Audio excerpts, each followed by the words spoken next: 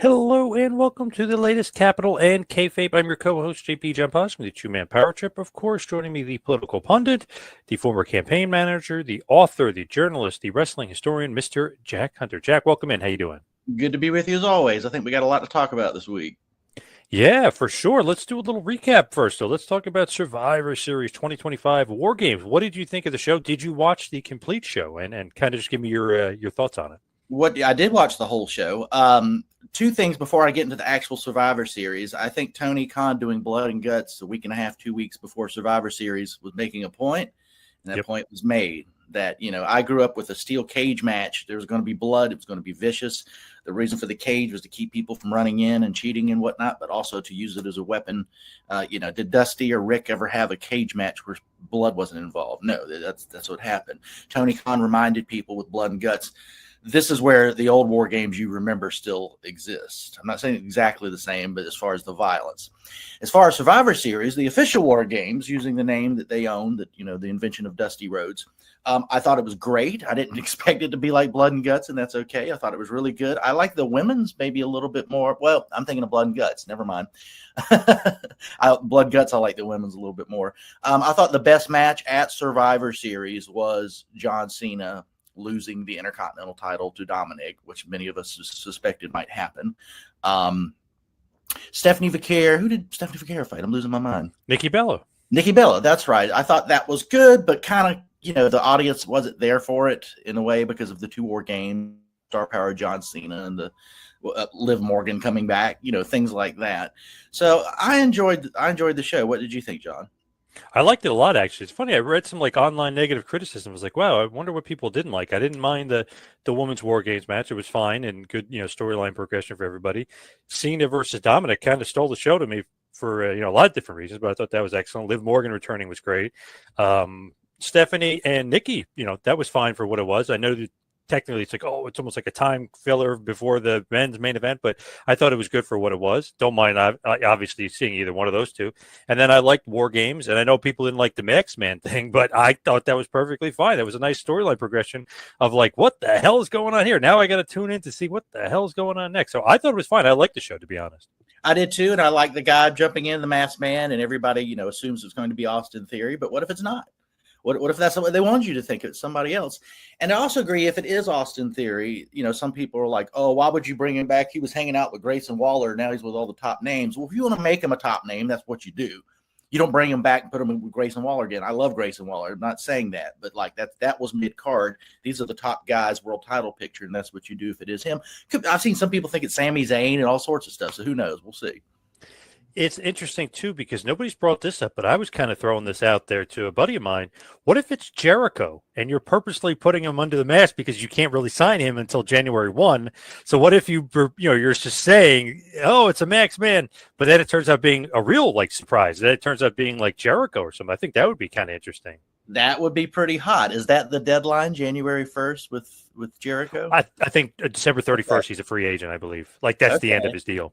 That would be pretty awesome. Yeah, I hadn't thought about that, John. That would be pretty. Just throwing it out there. Could possibly be. Yeah, and they don't really talk about Jericho and AEW anymore, all this speculation. And let's be honest, he's done everything he could do in that company, and he really helped get it off the ground. Yeah, I think that would be pretty cool, too. I thought Survivor Series was great. There's so much wrestling, overwhelmed. The news with TNA, moving to AMC is a big deal. There's so much stuff. Before we got on, I had trouble remembering who John Cena fought because I watched so much wrestling. Yeah. We're talking about this. It was last weekend. Yeah, I think I'm rambling now, but. Good stuff. And it's funny, though, when you think about it, with Jericho being the free agent and kind of where he could end up, people were kind of saying, what if he showed up in TNA? Because now TNA has this new deal. I don't think that would happen. I don't think so. But it is cool to think wow, TNA is back on real TV, if you will, big time. They're on AMC now with a multi-year deal. So that's kind of cool to even speculate on that just for a TNA point of view. The possibilities. I can see Jericho doing something with TNA if he's under a WWE contract, but right off the bat, no, that doesn't even really make sense. I do think if AMC is or TNA is trying to make a big splash with AMC, man, if you could do something with AJ Styles and one of their guys in a main event kind of thing, Mike Santana, somebody Nick Nemeth even. I guess that's too much WWE. I don't know. That would just be a big way to kick off TNA on AMC. That's other than Jeff Jarrett, there's nobody more associated with TNA than AJ Styles. Yeah, that's for damn sure. But it is interesting that this deal now comes to AMC. AMC's not known as ever having wrestling. You know what I mean? You think of AMC, you think of Walking Dead, Breaking Bad, Mad Men, Better Call Saul, like literally some of the best shows of all time. I mean, these are just some great shows. Never associated with wrestling. They're kind of going into a new avenue here, a new venture. Right. And do you even associate it with live action sports of any type? No, never. Is it, professional wrestling I put in that category, even though it's its own thing. I get it. I think that's cool that a big platform, I guess Access, where I live, always had access. AXS, which is where TNA lives now, always had it. But my understanding, that's only in about 25, 35 million homes across the country, and AMC 560 million. So that's a big jump up. That's pretty cool. Man, that was not really surprising because so many people were speculating on it. But when they first brought it up that it could be AMC, that shocked me because I was like, "What? Where the hell is that coming?" And then then it comes to fruition, and it's true. Yeah, and I have TNA Plus now. That's how I watch it because I like the specials they do. As we're talking right now, tomorrow night, it'll be old news by the time this airs, is TNA's Final Resolution, only available through the TNA app Plus. That Friday night, talking about a lot of wrestling, John, that Friday night, which is tomorrow, will be in the past once this airs, you got SmackDown. That's still 2 hours from now. We're about to jump to 3 here in a couple weeks. You got Ring of Honor Final Battle, and you got TNA whatever I just said, all on the same night. Final Resolution. That's all live wrestling all on the same night, and I want to watch it all, but not trying to stay up to 4 a.m. either. So. Yes, I love 2-hour SmackDowns because usually go out to dinner, have a couple beers, and you get ready, getting the kids ready. They're going to bed, whatever, and then it's like, all right, I sit back, crack another beer open, watch some SmackDown for 2 hours, and then probably go to bed. 3 hours, I'm like, this is a chore. I'm like, no, not 3. I don't know, for some reason that one extra hour always bothers me. I'm like, no, come on. I love 2 hours. My Friday night tradition. This was born of COVID. My best friend, me, and some other friends just gather at his house for a few drinks. We just hang out, watch some music videos or whatever. And my girlfriend works in food and beverage. She works a lot of Friday nights. She'll get home about 9:30, and I will come from my friend's house and we'll watch SmackDown, but we can go through all the commercials and do all that. With 2 hours, it's pretty digestible. 10:30-ish, 11:30, we're done.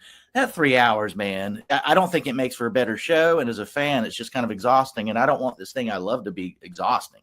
I don't want it to be a chore. I'm going to watch it because I love professional wrestling. I want to see it. The biggest company in the world, one of their sometimes their flagship show. I would say that's Raw and Netflix now, but 3 hours, no bueno for me. So. Yeah, I don't know, something about that. Even those 3-hour Raws, those were like during the Vince era. Holy crap, those were painful. Some of the worst I've ever seen, just as far as just filler nonsense, same stuff over and over. Just some of the worst wrestling I've seen.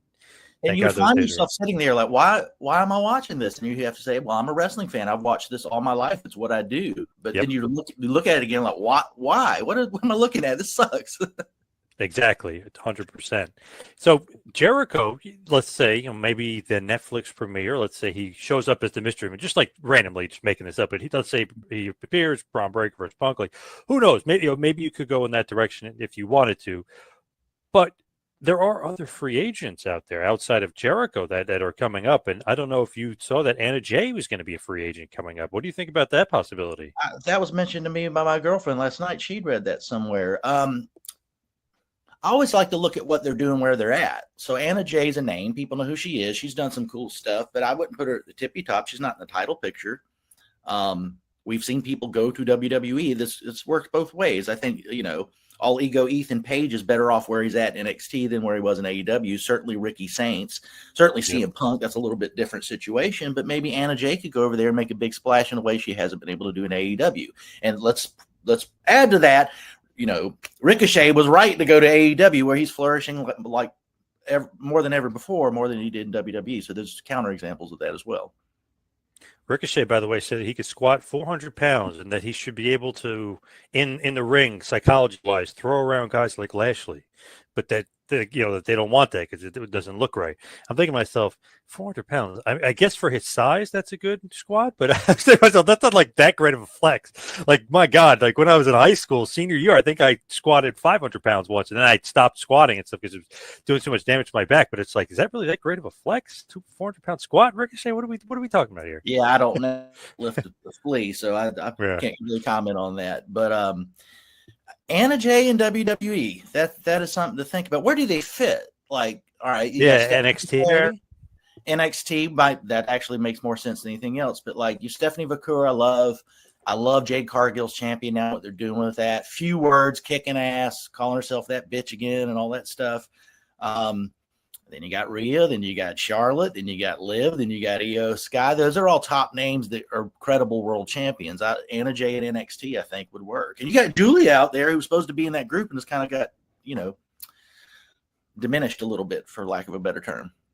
When I think about her, or even that whole AEW women's division in general, she's the one that sticks out to me that WWE would want. You know what I mean? Like, I feel I can't really pick out another one in AEW that I would say, oh, like obviously with Mariah May, aka Blake Monroe, that was obvious. Like, that's a WWE. Anna Jay to me is like, she could be, and obviously the Cody connection, but it's like, she could be a WWE diva, if you will, or a WWE female, or a WWE wrestler, or an NXT wrestler, just because I think she has the right look, and obviously in ring is just fine as well. But to me, when I'm looking, I can't think of anybody else on the women's roster that really, maybe Megan Bain, but other than that, I can't really think of anybody that they would really particularly want. And then they stole Jade Cargill, obviously. That's one that I picked right. Britt Baker jumps out at me. Britt, yeah, I forgot about Britt. Yeah, definitely Britt. They would want her, but Anna Jay, I don't know what her real name is. Maybe it is Anna Jay. Her name sounds like one of these NXT names that they give these women. Yes. Anyways, doesn't it? Yes. Like all two first names, and they all kind of sound the same sometimes. Yes. But yeah, I think she'd be a perfect fit there. And as a fan, I'd love to see her in a different environment. That's always exciting. I love what Mariah May did a lot more than what I'm seeing Blake Monroe do, though Blake Monroe's story is getting better and better as time passes. But it was exciting to see her in a different setting, even though I still think the Mariah May stuff tops anything she's done in WWE so far. So that's always exciting. Anna Jay versus Blake Monroe. What would that look like? That could be cool. Not bad. You know what's interesting? I forgot to mention this about the Mystery Man at Survivor Series. Totally good going back to that. People I saw online were mentioning Ricky Saints and LA Knight as possibilities. I was like, wow, not sure where that's coming from, but interesting. I was like, okay, people are really thinking outside the box. It isn't that great that I saw Bob Holly say something on social last night about Triple H's bookings abhorrent or something. And I'm not a wrestler, and I kind of give deference to wrestlers who, they've done it. But I'm thinking, what an ass. Like this. That's not really Bob Holly, by the way. It's not. So a friend of mine knows Bob, and Bob doesn't really like to communicate and do social media and stuff. So he got off of social media and he just never went back. Somebody must have found his password or somehow hacked his account. Now they're pretending they're Bob Holly. So a friend of mine literally asked him. He goes, I don't give a shit. I'm not doing social media anymore. He goes, that's not me. He goes, so whatever you're reading, that's not for me. So I was like, damn it, a part of me wants it to be him. So like, you know what I mean? Like, because he's playing a heel and this guy sucks. But then I was like, damn it, it's not Bob. I was like, damn it. Come on. Well, you got to be fair, though. If it's not him, it's not him. My apologies to Bob Holly if I misled people, because I got fooled too, apparently. And I'm somebody that's on social media all the time. You think I'd know better. But just the comment that Triple H's booking was abhorrent. It's like, no, it's not. What are we talking about right now? Who is this masked guy? And we've named like 5 different people. It could be all top people or potentially top people. That's wrestling, dude. Like, anybody that's got a problem with his booking, you can't watch this current product and not think of it in light of what just preceded it with Vince in his last couple of years doing it, because it was awful. Did you see what Russo said? Russo said Triple H is the worst booker of all time. Of all time. Isn't that crazy? First of all, like, if you just think about it logically speaking, what would you normally judge a booker on? Not just as a fan, just like business wise and everything. What would you judge a booker on? Like, not just creative, but would be making money, right? And like how many asses in the seats and how much dollars and stuff. So how could he be the worst if he's making the most money ever? Like, it's not really. Yeah, no, you're right. That's my problem with all these people who bash AEWs like for a living. Like Jim Cornette, who's my favorite manager of all time, one of the greatest talents, and I love what he does. But like, by your own metrics, by old school wrestling metrics, the only thing that matters is who's drawing money. Yeah. And AEW is getting a big TV rights deal. or whatever that matters. Yeah. We can talk about attendance and whatnot, but at the end of the day, if they're making a profit, making a healthy profit at that through TV rights and other things, that's what matters. Triple H is not the worst booker of all time. We're just looking at the dollars stuff right now and TKO and everything that's gone on there. I mean, they've jacked their ticket prices. They've suffered a little bit with sales, but they're going to figure all that out. That's the free market. Vince Russo saying that. I mean, I don't see anybody booking a Judy Bagwell on a pole match anywhere anytime soon, and that's going to be a big draw. But all due respect to the late Judy Bagwell and her son, who I'm a fan of. But you know what I'm saying? Like, that's it. And I'm not one of these people that reflexively hates everything Russo does. You hear wrestlers pay him respects, and during the Attitude Era, I think it's that thing that's been said many times that he's great when he's going through Vince's filter or somebody else's filter. It's so interesting, like when you just look at the landscape of wrestling and like how much money they're making. They are going down. It seems like they're trending a little bit down, but you can't stay hot forever. From 2021 to basically 2025, 4 or 5 years there. If you wanted, I mean, with obviously Roman and Cody, that storyline, the bloodline, then you had the story. That's when they were making a ton of money, and they did great. It's a little bit maybe creatively not as great as it was, but still, that was the most money they made for SummerSlam with the most tickets, and the most money they made for Survivor Series and the most tickets. So he can't be that bad of a booker, and he couldn't be the worst of all time if that's the case, and that's a proven fact. You can't argue with that. That show could have absolutely sucked, and that's the money they drew. We could talk about how we didn't like what they did that night, and I did. That was great. I really enjoyed it. But they made the money, and that is the metric going back a gazillion years in the professional wrestling industry with anybody that's in that business. That's what you're doing. And the storylines, about 2021 to 2025, or a little before that, that was the Bloodline and Cody.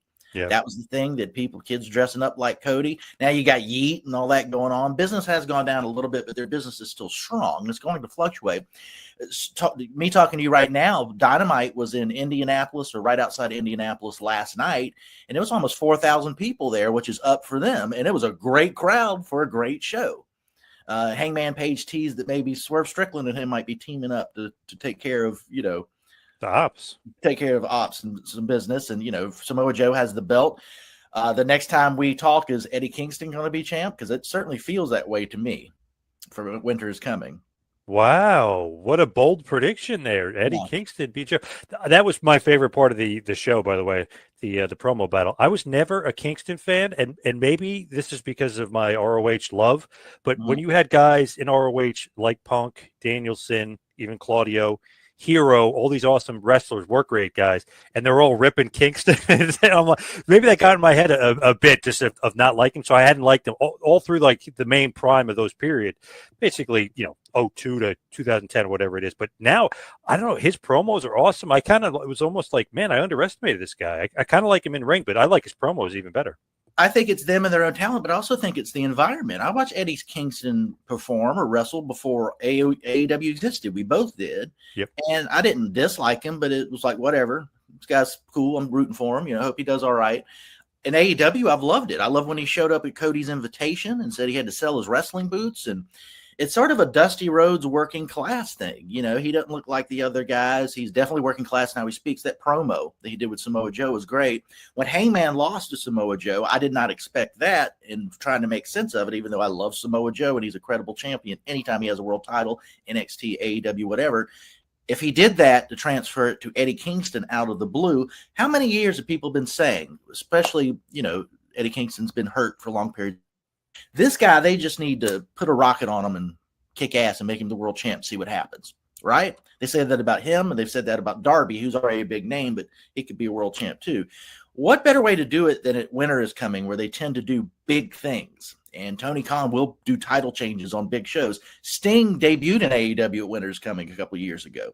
I don't know. But those promos or whatnot, maybe they're working me. If they are, God bless them, because that's what I'm here for. I think Kingston is going to take that belt from Samoa Joe and be the new AEW World Champion. Wow, bold prediction there. Eddie, his promos, ever since he debuted in AEW, they've been awesome. So I got to give it up to Eddie. Credit where credit's due. I maybe underestimated him in ring too. Him and Danielson has a series of matches that are just great. If anybody hasn't seen them, I would highly recommend them. Obviously, Danielson's the best in the world, but Eddie really held his own weight there. Absolutely. And while we're talking about Dynamite, like I was kind of sour on the Bucks for a little bit. Them kind of turning babyface and getting back with the Elite and all that. I'm digging that right now. What's old is new. Yep. So a lot of good stuff going on there for sure. So with what's going on, we're talking about AEW and Mhm. TKO, WB. There's a little bit of a dark side here, though. Andrade just revealed he has a 12-month basically non-compete from WB, and they basically pulled his visa too, his work visa for the States. So obviously he's going to have to wait a year, sit out, and AEW can bring him back unless they can work out some sort of legal agreement. Isn't that crazy? A year, 12 months? I mean, they're really dropping the hammer. They're making an example out of this. Yeah, it's crazy and it sounds harsh. I'm trying to think of it from a booker or the company's perspective. You can't. I don't know the details. Maybe Andre did exactly what he thought he could do legally, and it's different. There's two sides to every story. But if he did break contract or do something he wasn't supposed to do, wouldn't you make an example of somebody doing that as to make others never want to do that? Like, wouldn't you do something like what's happening to Andrade? Am I wrong to say that? Crazy. Just like, man, that stinks. But had he not shown up in AEW that one time, who knows? Maybe they would have been okay with it. You know what I mean? If he didn't just randomly show up there. But it looks like he didn't even know that he wasn't allowed to not show up there. Kind of thing. Yeah, you would think he doesn't seem like a stupid person that like he thought that was okay. That he wasn't doing bad business. He never, even when he left AEW, he always had good words to say about Tony Khan and whatnot. And I would expect the same with his WWE relationship and everything that's going on there. So, but still, if he did something he wasn't supposed to do, somebody else gets a wild idea in this current environment where you got two major companies that are constantly competing for different top performers. So I don't know.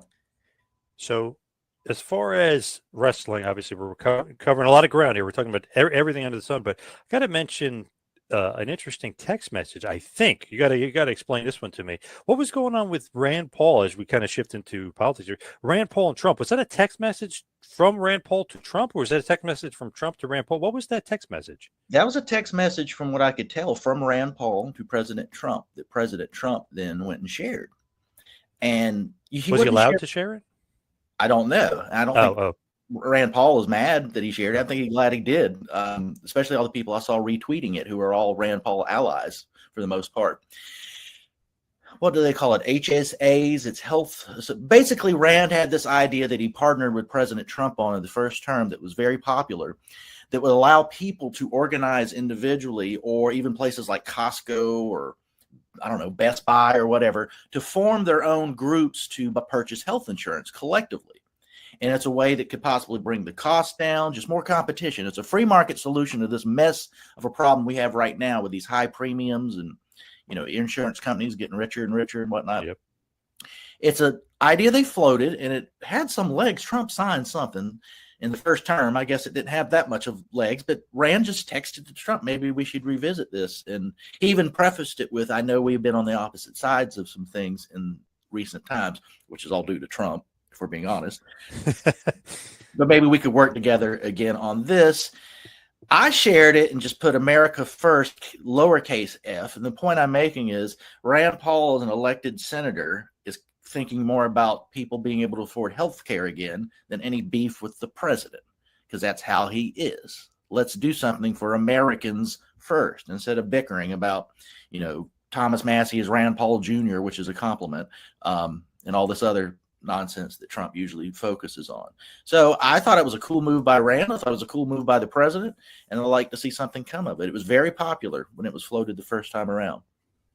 I thought that was kind of interesting that he shared it. Nothing negative about it, but I was like, wow, that's kind of, I wonder if Rand Paul, but Rand Paul wasn't upset because I saw he kind of retweeted Trump's tweet or whatever. He kind of put it out there too. So it didn't seem like he was against it at all. That shows you how quickly Trump can turn on a dime. I mean, he's out there saying Rand Paul's the worst thing in the world, and then one day he just tweets something that's positive. Yeah, or shares a text rather. I mean, that's Trump. It's just how he is. A week from now, he could be hating Lindsey Graham and Mike Pence and not wanting to bomb Venezuela and fishing with Rand Paul. That's just Trump. He's funny too because he'll rip whoever, like Mondami, and then he's in the White House with Mondami. So yeah, he's very easy to kind of, I don't know, maybe get along with it in a certain way, but then you got to watch out because they'll rip you 2 seconds later, I've always heard from people, I've never met the president, but people I know who've spent more than, time in a more private setting with him more than once, that privately he's very warm and funny and he's different than how his public persona is. And that's people that have disagreed. People have told me that have disagreed with a lot of his policies. They voted for him, but maybe didn't like a lot of things, especially on a foreign policy front, which is where I'm coming from. So yeah, it's a mixture of things, but I've always heard that the private Trump is better than what you see in public sometimes. Man, it's just crazy what's going on out there in the world. What about Tim Walz? Seems like an absolute catastrophe. I know Trump obviously doesn't like him to begin with, called him the R word and everything else, and ripping apart. But man, what a mess out there. And then Oman, whatever, she wants him impeached because of what he said. But then when you look into it, she might have been involved with this Somalian $1 billion gone missing. So it's almost like, well, you better impeach this guy before I get in trouble for him, exposing something. But obviously he's at the heart of this too, Tim Walz, because Minnesota is a mess. And I mean, you can go back to COVID and go back to, a certain individual there. And what a freaking mess Minnesota is. Holy crap. Yeah. And Walz is, I think back to when Kamala Harris chose this man, and it was like they wanted a folksy, masculine kind of guy. That's not Tim Walz is anything but that. As a dude, just as a dude, forget about Democrat and Republican. I'm like, this guy's kind of weird, right? And then you've got this mess in Minnesota with the Somali population. I don't know enough about it to speak on it at length, but yeah, it's a mess for sure. And it's funny, the Shapiro from Pennsylvania, the Democrat that she almost went with, he was ripping on Kamala recently and saying, oh, yeah, now she's going to put stuff in her book. She's completely full of crap and blah, blah. So I was like, wow, they're like all kind of turning at each other. But it seems like when they turn on somebody and you kind of shine the light, like, oh, Walz is in it. And it's like, okay, Walz is corrupt. Like something's going on in that state. Then Kamala, oh, she's doing this book. She's doing these interviews. You're like, okay, there's something a little off there. So once I feel like they start turning on you, you're in for it. Yeah, they're trying to cover their own asses. Yes. What's going on. That's exactly what she was doing too. Yep. Yeah. That's like Pete Hegseth, praising Admiral Bradley for this boat bombing. Like, dude, you're the guy in charge. You ordered it, but he praised him to pawn it off on him a little bit. It's the same kind of thing of what's going on in Minnesota. It's people pointing fingers at each other. He did it in a different way, but it's the same thing. Did you see how Pete Hegseth was portrayed on South Park? I did not, and I usually watch South Park. I must have missed that. It's pretty funny. You know that awesome cop? I forget his name on the show. I should know, but he's the redheaded cop. He's just he nice. He's just like fun. He basically kind of like berates Hegseth and kicks his ass. Basically, it's pretty funny. It's like Hegseth is all about the views and the likes, and he wants people to look at me, and then he doesn't really do anything. Like he's got the army. They're just looking, they don't really do anything. He's almost like I'm Department of War, but it's like he's all for show kind of things. How they made it out to be. Yeah, and he has to follow the commander in chief, which is President Trump. This whole Venezuela thing has me befuddled. Other than they just want to do this for oil companies or whatever, because hardly any fentanyl comes out of Venezuela. It comes out of Mexico. Hegseth's sort of a tragic figure at this point within the administration, right? I had high hopes for him going in. I liked when they changed it to the Department of War because that's what they do. It used to be called that in the 40s and 50s, and they got changed post World War II, I guess. But yeah, I didn't want to go see the South Park thing now. So funny. They always hit the funny bone with me, but they been funny how they Kristi Noem, Trump, JD Vance, all the people that made fun. It's just funny the depiction of the way they depict them. It's just, complete comedy, complete parody. But I just always enjoyed it. I just thought that was funny because I'm like, oh, what are they going to do with him? And he's all about he's got his cell phone out. He's selfieing and hey, we're here at South Park. And the guy is Harrison Yates, Sergeant Yates, from South Park. He was rips him apart, kicks him in the ass, and get out of my town, type thing. And Hegseth kind of does nothing about it, basically. While he's taking selfies all along the way. Yes. That sounds about right. I definitely have to go watch that. While we're on the subject of some of these figures, have you been paying attention to Hillary Clinton and what she said recently? That was this week, actually, about kids and TikTok and their perceptions of Gaza. No, that's interesting. I thought I saw her saying something about, obviously the Jewish people and blah, blah, blah, but I didn't really click on it. Or what the heck is she getting at? What was she saying? This is the most boomer thing in the world. She's not the first person to say it. It's not the first time she said it, but she was at a conference in New York City put together by a right-wing Israeli newspaper. And she was talking about what's going on in Gaza. It's mass carnage, what some, including myself, would call genocide. Hillary Clinton said, young people today aren't informed. Even young Jewish people, they don't know their history. They get most of their information from TikTok, and a lot of that's totally made up. And what she's referring to, when all these politicians wanted to regulate or ban TikTok, the reason they wanted to do it is because we live in 2025 in a time when information is more democratic than ever, sharing information. People are sharing pictures of the carnage that's happening in Gaza. Right. People, especially young people who are on TikTok, are forming opinions about that. If I showed you pictures of the Holocaust, you might say and would say, this is terrible. I think it's bad. I'm opposed to this. So young people are seeing maimed and dead children. And I think the UN numbers, when they did their analysis, said one mother and one girl, being a child, within each hour dies at the hands of the IDF, something like that. That was their statistic when they released their report, I believe, in May. But if you're seeing pictures of that and flattened areas, towns, apartments, homes, you're going to form an opinion as a young person. And Hillary Clinton saying what they're saying is totally made up. That's not real. Well, I just wrote about this. It's fresh on my brain. What's not real is that Donald Trump colluded with Vladimir Putin to win the 2016 election. But CNN told me that was real. MSNBC told me that was real. The New York Times told me that was real. And Hillary Clinton told me that was real. So they don't have a problem with disinformation. I was told 20 plus years ago that Saddam Hussein had WMD. Do something about it. CNN told me that. Fox News told me that. The President Bush and Dick Cheney told me that. The New York Times told me that. Turned out to be a lie. The point I'm making here is disinformation has always exists. It's all over social media, just like it's in regular establishment media. And they never apologize for it or go back. But I'm sorry, Hillary Clinton, for every fake forged photo somebody sees on TikTok, there's a lot more of what's going on in Gaza, and people are horrified by it. It's not just kids that don't know what's going on. It's you and your bubble that can't see what's going on. So that's my rant on Hillary Clinton. Man, I wonder why she would even comment at all. Kind of weird. She was at a Jewish event, and probably it's a right-wing leaning Jewish newspaper, which would be the Likud party and Benjamin Netanyahu and all that.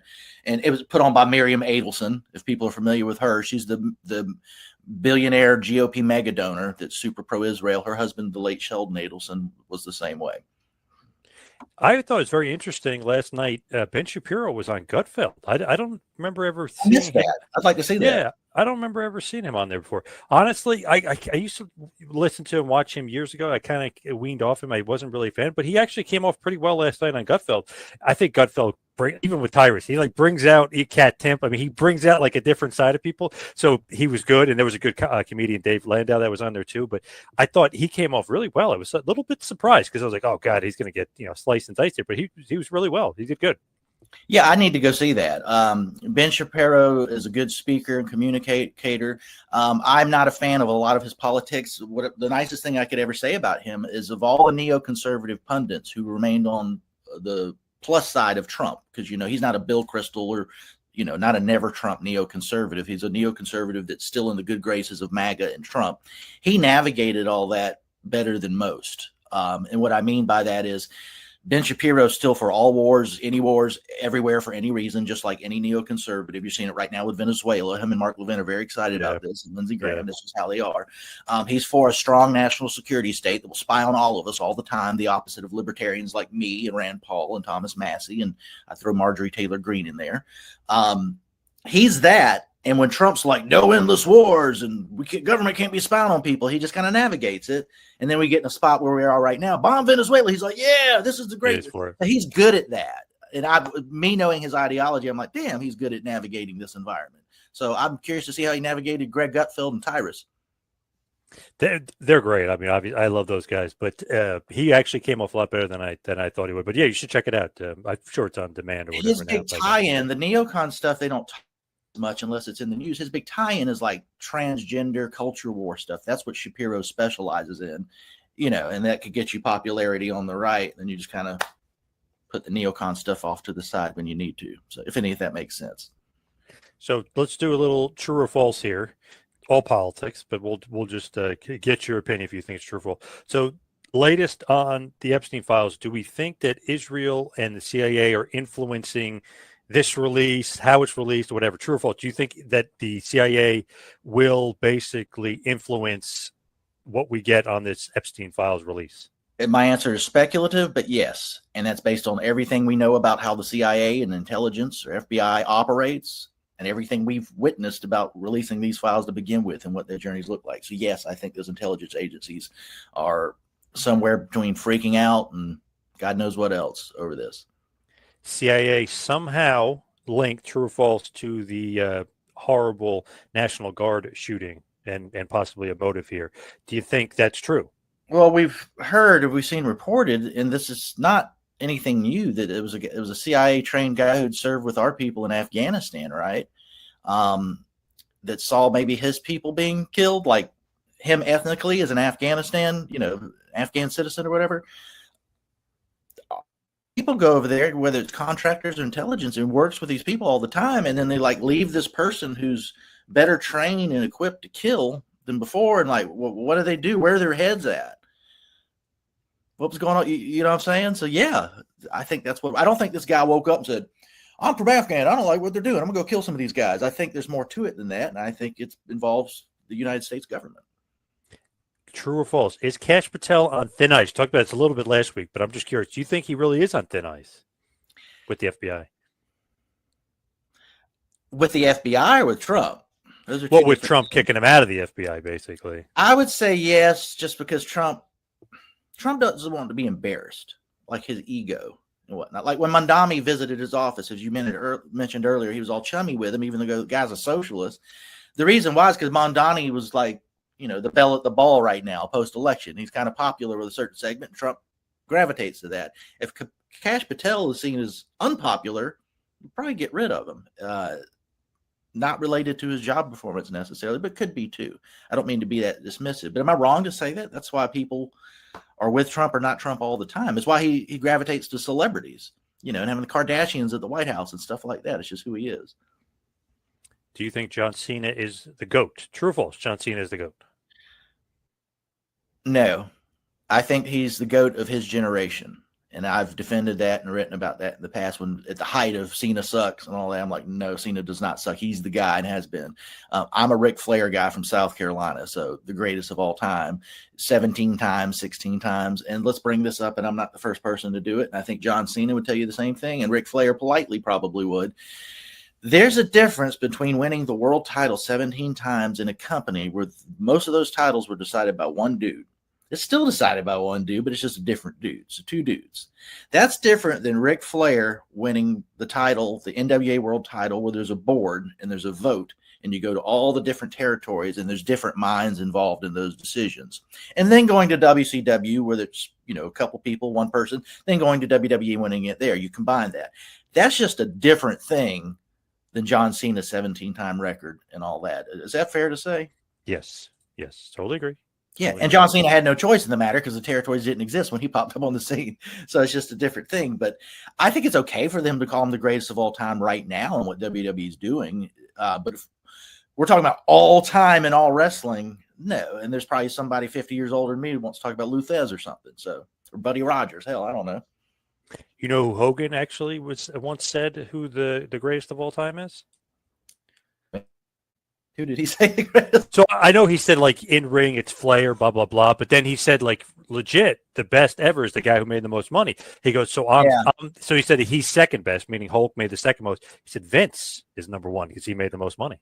I saw that. That came out recently, and he's not wrong. You're going back to what we were talking about, the metric, who drew the most money. You could say that the Ultimate Warrior couldn't wrestle worth a damn, and you'd be right. You could also say he made a lot of money for the WWF. Yep. Those things are not mutually exclusive. Now, lastly, I got to bring this up to you, and hopefully you could see this on the screen here. I'm going to pull it up. Matthew Murphy, he says, fun breakdown of the day, obviously comparing politics and wrestling. He says, politics is the WWE. Politicians are the wrestlers. Americans are the fans hoping their wrestler wins. The deep state is Vince McMahon. Did this help clear things up? Everything is fake and gay. Interesting by Matthew Murphy here on X on Twitter at Matthew_Murphy_23. I could jibe with all of that. You know, one of the things on my X account is everything is wrestling, and I think that's true. Everything, not just wrestling and politics.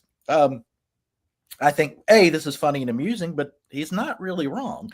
The one thing I would add to this is, and I've said this before, the biggest difference between wrestling and fans of politics is that wrestling fans in this day and age know what they're watching is not real.